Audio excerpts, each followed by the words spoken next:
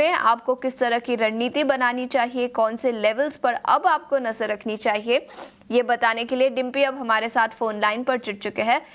Dimpy, good morning. क्या आपको लगता है कि पिछले 10 दिनों में जो गिरावट दिखी थी वो अब बॉटम आउट हो चुकी है और अब इंडिया के लिए तो पॉजिटिव खबर ही है? हाँ, जियोपॉलिटिक्स को लेकर काफी कुछ टेंशन तो है, लेकिन इंडिया के लिए पॉजिटिव खबर। आज के ट्रेडिंग के लिए कौन से लेवल्स पर अब हम नजर रखें? आशीषा, गुड मॉर्निंग। देखिए, कल महावीर जयंती की वजह से कल छुट्टी थी, तो मार्केट आपको कल ही रिएक्शन दे देता और अब बहुत स्ट्रॉन्ग रिएक्शन देता। थोड़ा ब्लेंडिंग हो चुकी है, थोड़ा डेल्यूशन भी हुआ है क्योंकि और थोड़े मार्केट वापिस से थोड़े प्रॉफिट बुकिंग हुई है उसमें। तो आज 400 इतना ही होता है, तब भी आप करीब 22,800 के आसपास रहेंगे। 22,800 बहुत इंपॉर्टेंट लेवल है, ये मेक ब्रेक लेवल है। मैं इसके बारे में बता देता हूँ। अगर आज मार्केट ने गैप अप किया और 22,800 के ऊपर खुला और इसके ऊपर टिक गया 1 से 1.5 घंटा, तो बाजार में और बढ़त भी आएगी, माइंडेड और बढ़त भी आएगी। और ये बढ़त कहीं भी 23,200, 23,400, 500 तक भी जा सकती है, क्योंकि और सारी चीजें काफी हद तक ठीक है। क्रूड से लेके ब्याज दरें से लेके डॉलर इंडेक्स से लेके या फिर इकोनॉमी के डाटा को भी देखे, सब कुछ। अब दूसरा पॉइंट, अगर 22,800 के नीचे खुलता है सर, तब क्या होगा? तो 22,800 के नीचे खुलने पर थोड़ा प्रेशर वापस से बनता, फ्यूज होता जाएगा वो, तो उतना स्ट्रॉन्ग कमांड नहीं रखेगा। इसलिए आज का सेशन ओपनिंग कहाँ पे हो रही है ये ज्यादा इंपॉर्टेंट है, और क्लोजिंग कहाँ पे होगी ये भी अगेन डायरेक्शन के लिए बहुत इंपॉर्टेंट है। तो कम से कम 22,800 के ऊपर ओपनिंग होनी चाहिए, पहला पॉइंट है। दूसरा पॉइंट आशीषा, हमने आपको लास्ट टाइम भी बताया था कि आप देख लीजिएगा, सिर्फ 2 देशों के बीच की लड़ाई बन के रह जाएगा और सभी देश इसमें से निकलते जाएंगे। और हमें नहीं पता था कि ऐसा ही होगा, और एक 24 घंटे के अंदर हो भी गया। ये सिर्फ अमेरिका और चाइना के बीच का इशू बन के रह गया है और सभी देशों को 90 दिन का पॉज है। अब क्वेश्चन ये भी खड़ा होता है कि डोनाल्ड ट्रंप वास्तव में चाहते भी हैं कि टैरिफ लगे। देखिए, अगर चाइना की सप्लाई चेन को तोड़ना है तो उनको सारे देश अपने साथ रखने होंगे। ये ऐसा हो नहीं सकता कि चाइना के अलावा सभी देशों के साथ वो टैरिफ का मामला खेले। तो इसलिए शायद दूसरे देशों को हमेशा रिलीफ रहेगा कि टेम्परेरी ना होकर परमानेंट रिलीफ के तौर में भी कन्वर्ट हो सकता। और 90 दिन इसलिए दिए गए हैं ताकि 90 दिन के अंदर सभी लोगों को अपने टेबल पर बिठा के नेगोशिएशन कर लिया जाए, क्योंकि डोनाल्ड ट्रंप ने पहले भी बोला था कि उनको नेगोशिएशन के लिए समय चाहिए। एकदम से अगर 70 देश आ जाएंगे नेगोशिएशन करने के लिए तो नहीं कर पाएंगे। तो इसलिए 90 डेज इसलिए भी लिए गए हैं। अब आते हैं इंपॉर्टेंट कि मार्केट कैसे रिएक्ट करेगा। मार्केट को 2 चीजें इंपॉर्टेंट देखनी है। फर्स्ट, एक तो मैंने 22,800 की इंपॉर्टेंस आपको बताई कि इसके ऊपर होना बहुत जरूरी है, और दूसरा आईटी इंडेक्स कैसे परफॉर्मेंस देता है। अगर आप एडीआर चेक करेंगे इन्फोसिस का, तो अभी भी वो लाल निशान में है। इनफैक्ट वो कल हरे निशान में था, बट आज वो लाल निशान में है। तो ये कहने का मेरा मतलब है कि कितना कॉन्फिडेंस आएगा आज की ओपनिंग के लेवल्स, और आज आईटी की परफॉर्मेंस देख के आपको पता लगेगा। अगर आईटी की परफॉर्मेंस लेड रैली आती है और 22,800 के ऊपर ना केवल ओपनिंग होती है बल्कि मेजोरिटी का समय निकालते हैं, तो बढ़िया रहेगा। ऑप्शंस वाले आज काम ना करें, क्योंकि फिर से छुट्टी है तो आपका टाइम लैग खत्म हो जाएगा। मंडे की भी छुट्टी है फिर से, तो आपको वो टाइम वैल्यू खत्म कर देगा। इसलिए ऑप्शंस वाले आज ना उतरे। जिनके पास पुराना माल पड़ा है, गैप मिलेगा तो क्या काट लेना चाहिए, वो अपनी कॉल ले सकते हैं। मेरे हिसाब से 22,800 के ऊपर अगर क्लोजिंग मिल जाए तो फिर ना काटना। 22,800 के नीचे क्लोजिंग मिलती है फिर भले काट लेना। ये मैंने रफ आपको बता दिया।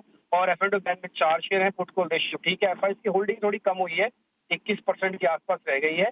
ये एक किस्म से देखा जाए तो बहुत अच्छा भी है कि आप नेगेटिव ट्रिगर्स के बीच में एफआई की होल्डिंग कम कर रहे हो, बट मार्केट ज्यादा वेटेज नहीं दे रहा अभी एफआई की होल्डिंग्स को। आगे चल के जरूर देगा। तो उम्मीद करते हैं कि मार्केट अभी तो कंसोलिडेट करेगा और रास्ता ऊपर का ही है, और ऊपर जाना है अभी तो मार्केट को। ठीक है, तो ये कुछ लेवल्स पॉजिटिव ओपनिंग के संकेत भारतीय बाजारों के लिए। इस पर विस्तार में 8 बजे फिर एक बार चर्चा करेंगे। डिम्पी हमारे साथ जुड़ेंगे, लेकिन अभी के लिए बहुत बहुत शुक्रिया समय निकालकर जुड़ने के लिए। आगे बढ़ते हैं। 5paisa.com 5paisa कैपिटल के सचिन गुप्ता हमारे साथ जुड़ नहीं पाए, लेकिन उन्होंने कॉल्स आज के सत्र के लिए हम तक जरूर भेजे हैं। सबसे पहले मैक्स हेल्थ, इस स्टॉक पर उन्होंने खरीदारी दी है। 1170 तक के लेवल्स नजर आ सकते हैं।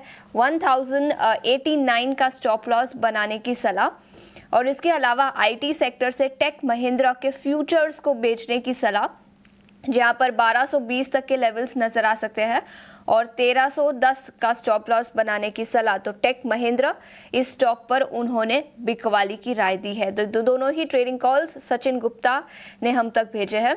लेकिन आगे बढ़ते हैं, चौथी तिमाही के नतीजे आना शुरू हो चुके हैं और आईटी सेक्टर से सबसे पहले टीसीएस के नतीजे कल आए थे और टीसीएस ने चौथी तिमाही के नतीजे जारी तो किए हैं और आय में करीब 1% की बढ़त देखने को मिली, लेकिन मार्जिन्स और मुनाफे की बात करें तो अनुमान से थोड़े से कमजोर रहे हैं। टीसीएस के तिमाही नतीजों की डिटेल्स लेकर अब हमारे साथ अंकुर मिश्रा जुड़ चुके हैं। अंकुर, बताएं किस तरह के रहे आईटी सेक्टर के दिग्गज टीसीएस के नतीजे? टीसीएस ने नतीजे पेश किए हैं और उनका जो रेवेन्यू है वो 64,479 करोड़ रहा है। हालांकि मार्केट गाइडेंस के हिसाब से ज़रूर थोड़ा सा मिस है, लेकिन अगर हम ईयर ऑन ईयर की बात करें तो करीब 5% से ऊपर की बढ़त है।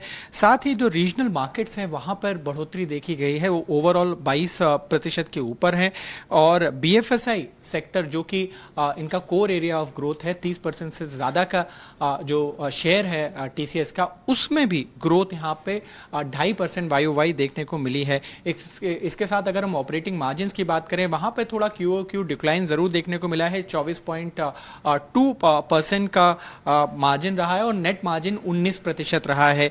लेकिन जो टीसीवी है, जिसके बलबूते पे टीसीएस बार बार बोल रहा है कि उनको आगे की राह मजबूत दिखती है, वो $12.2 बिलियन के आसपास इस बार रहा है और बुक टू बिल रेशियो है वो बढ़कर 1.6 हो गया है।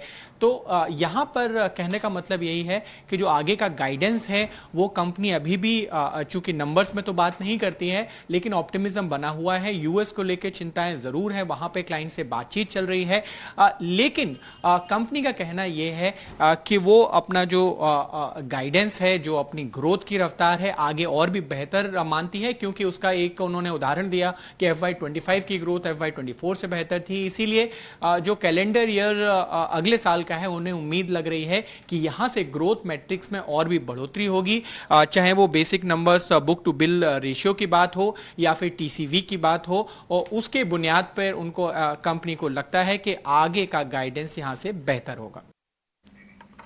टीसीएस के नतीजे और इसके चलते पूरे आईटी सेक्टर पर आज सबकी नजर रहेगी। कमेंट्री क्या निकल कर आती है, इंटरव्यू और मैनेजमेंट कमेंट्री भी फिर एक बार निकल कर आएगी। लेकिन अंकुर, शुक्रिया पूरी डिटेल्स के साथ हमारे साथ जुड़ने के लिए। एक छोटे से ब्रेक के लिए रुकेंगे, लेकिन ब्रेक के बाद खबरों के दम पर कौन से और स्टॉक्स फोकस में रहेंगे, ब्रोकरेज रिपोर्ट्स कहां से निकल कर और कमोडिटी मार्केट में किस तरह का एक्शन दिखेगा उस पर नजर डालेंगे। बने रहिए हमारे साथ।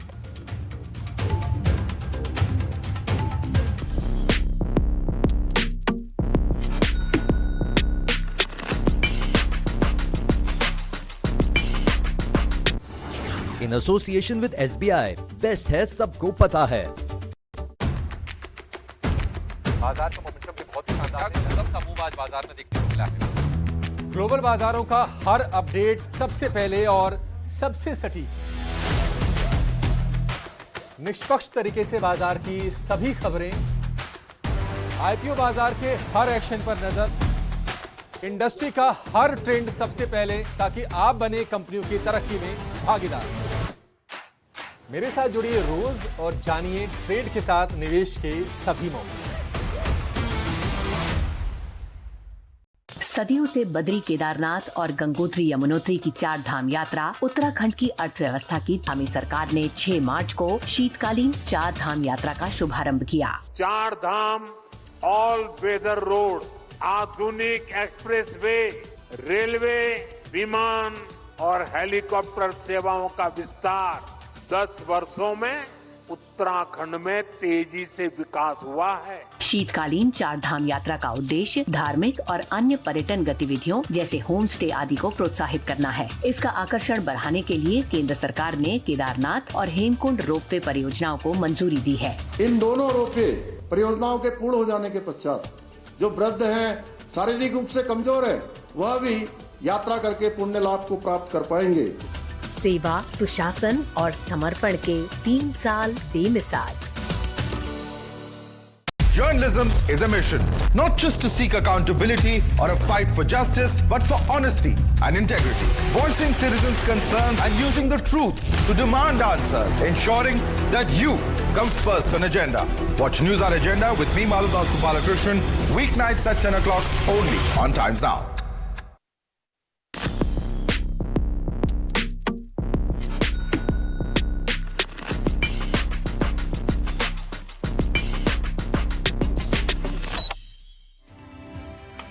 ब्रेक के बाद स्वागत है आपका। गिफ्ट निफ्टी से पॉजिटिव ओपनिंग के संकेत, 450 अंक चढ़कर 22,926 के आसपास कारोबार करता हुआ। ग्लोबल मार्केट में पिछले कुछ दिनों से काफी वॉलेटिलिटी दिखी है। कल के सत्र में, कल का दिन भारतीय बाजार बंद थे महावीर जयंती के मौके पर, लेकिन याद रखें आज पॉजिटिव ओपनिंग के संकेत। हालांकि एशियाई बाजारों में आज के सत्र में कमजोरी दिखी है।